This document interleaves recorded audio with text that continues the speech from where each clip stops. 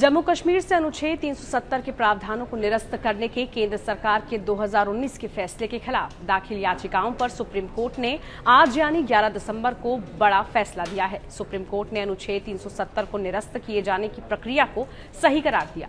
फैसला सुनाते हुए सुप्रीम कोर्ट ने माना कि अनुच्छेद 370 एक अस्थायी प्रावधान था। सुप्रीम कोर्ट ने कहा कि संविधान सभा की सिफारिशें राष्ट्रपति पर बाध्य नहीं थी।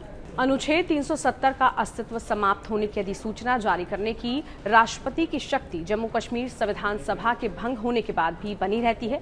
फैसले में कहा गया है कि ये अदालत राष्ट्रपति के फैसले पर अपील पर विचार नहीं कर सकती कि अनुच्छेद 370 के तहत विशेष परिस्थितियां मौजूद हैं या फिर नहीं। 5 जजों की संविधान पीठ ने 3 फैसले दिए हैं।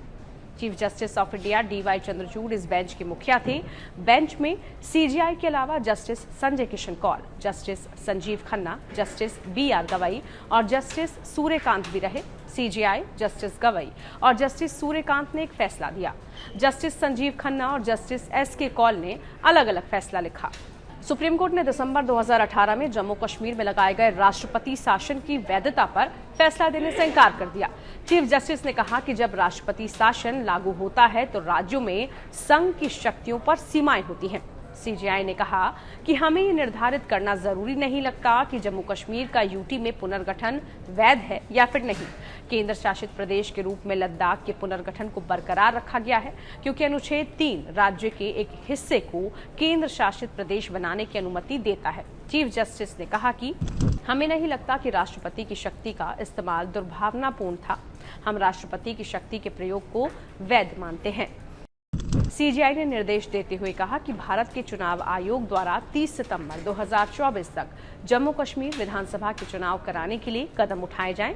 राज्य का दर्जा जल्द से जल्द बहाल किया जाए। बता दें कि 5 जजों की बेंच ने 16 दिन तक सुनवाई के बाद फैसला सुरक्षित रखा था। 20 से ज्यादा याचिकाओं के जरिए आर्टिकल 370 को निरस्त करने के केंद्र के फैसले को चुनौती दी गई थी। 5 अगस्त 2019 को सरकार ने संविधान के अनुच्छेद 370 को निरस्त कर दिया था। ये पूर्ववर्ती जम्मू कश्मीर राज्य को विशेष दर्जा देता था। राज्य को 2 केंद्र शासित प्रदेशों जम्मू कश्मीर और लद्दाख में बांट दिया गया।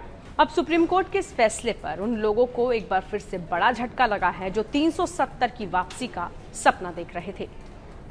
अगर आपको ये वीडियो पसंद आई हो तो इसको लाइक शेयर जरूर कीजिए। साथ ही बने रहिए टाइम्स नाउ नवभारत डिजिटल के साथ। नमस्कार।